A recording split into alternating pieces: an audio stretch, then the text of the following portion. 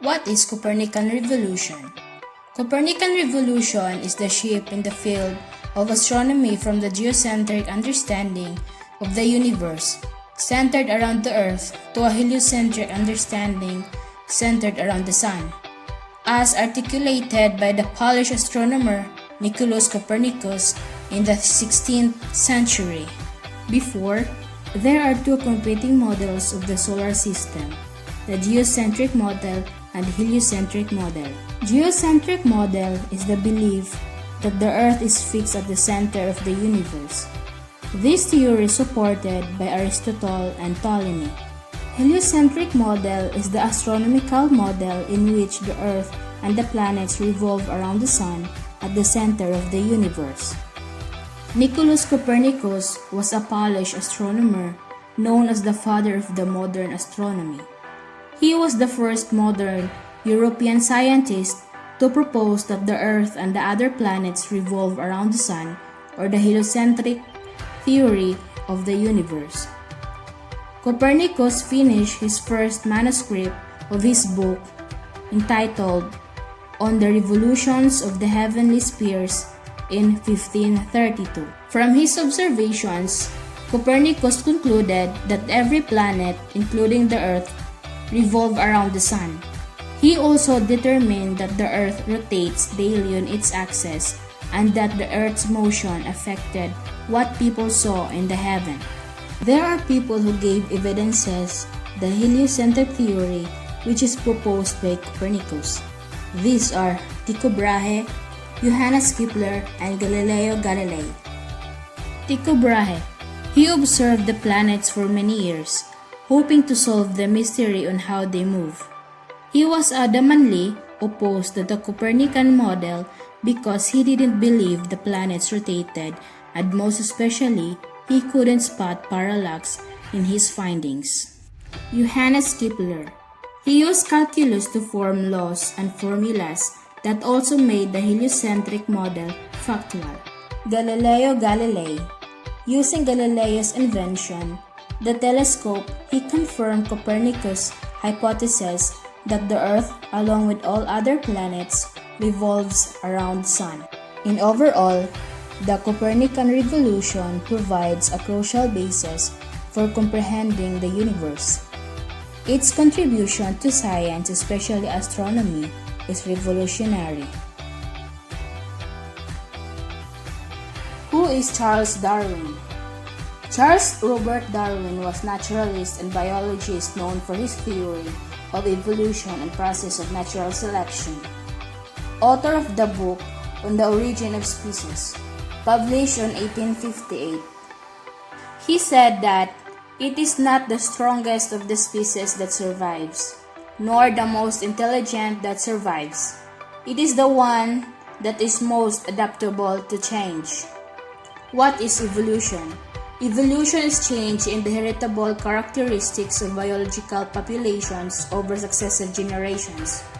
Evolutionary processes gave rise to biodiversity at every level of biological organization, including the level of species, individual organisms, and molecules. Darwinian Revolution. It introduces Charles Darwin's idea of natural selection that shows how the process wherein organisms better adapted to their environment tend to survive and produce more offspring. The survival of the fittest. In any environment, plants and animals from the same species show natural variation in their physical characteristics, such as neck length of giraffes. Darwin suggested that those plants and animals best suited to their environment are more likely to survive and pass on their characteristics to their offspring. Over a long period of time, the characteristic of the surviving members of the species will come to predominate. The theory of evolution. Darwin suggests that humans share a common ancestor with modern apes.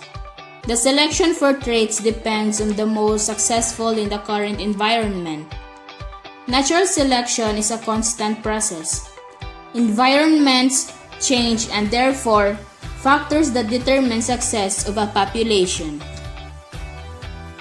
This theory was considered one of the most controversial intellectual theory because, due to the conflict between science and religion, people were divided.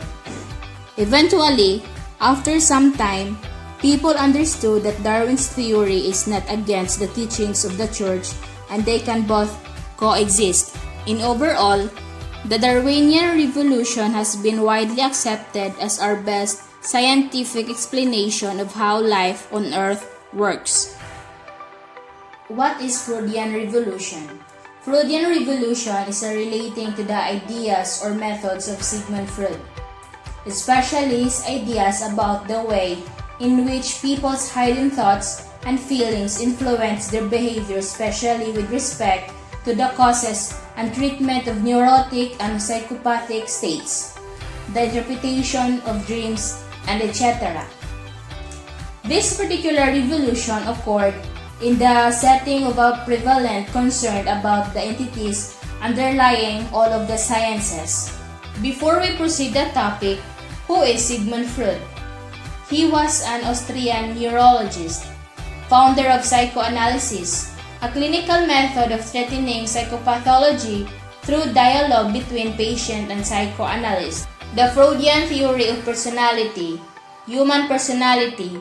The adult personality emerges as the composite of early childhood experiences, based on how these experiences are consciously and unconsciously processed within human developmental stages, and how these experiences shape the personality. Not every person completes the necessary task of every developmental stage. When they don't, the result can be a mental condition requiring psychoanalysts to achieve proper functioning. But before we proceed the stages of development, what is psychoanalysis? Psychoanalysis is a scientific method of understanding inner and unconscious conflicts embedded with one's personality, springing from free associations, dreams, and fantasies of the individual. Psychoanalysis immediately shot into controversy for it emphasized the existence of the unconscious where feelings, thoughts, urges, emotions, and memories are contained outside of one's conscious mind. Going back to stages of development, believing that most human suffering is determined during childhood development. As a child passes through these stages, unresolved conflicts between physical drives and social expectation may arise.